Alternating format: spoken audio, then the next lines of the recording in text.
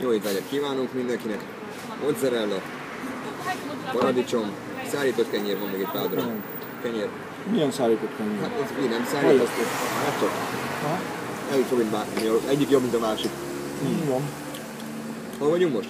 Szilakon vagyunk. Kiderült, hogy késésben vagyunk egyetlenül, mert elnéztük az órán. Igen, hozzá kell, nem levonni, az 2 óra különbség.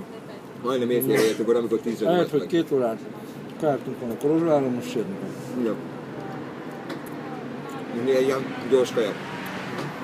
Olaszos-magyar gyors kaja.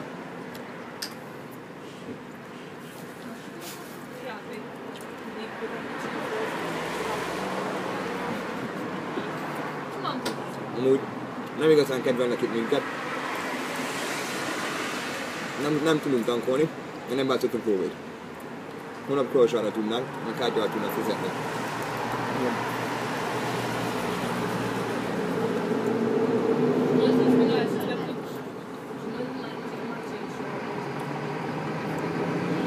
De nem a videóhoz képest sokkal frissebb.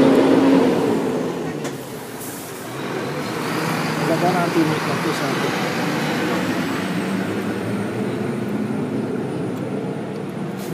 Ez van egy kenyér. Igen, ide vele.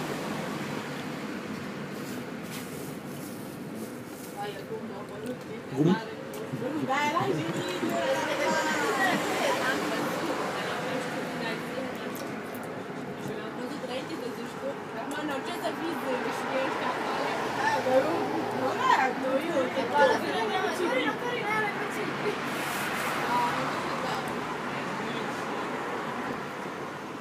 Na. Itt a vége. Nagyon vagyok. Annyit engedhet, hogy nem...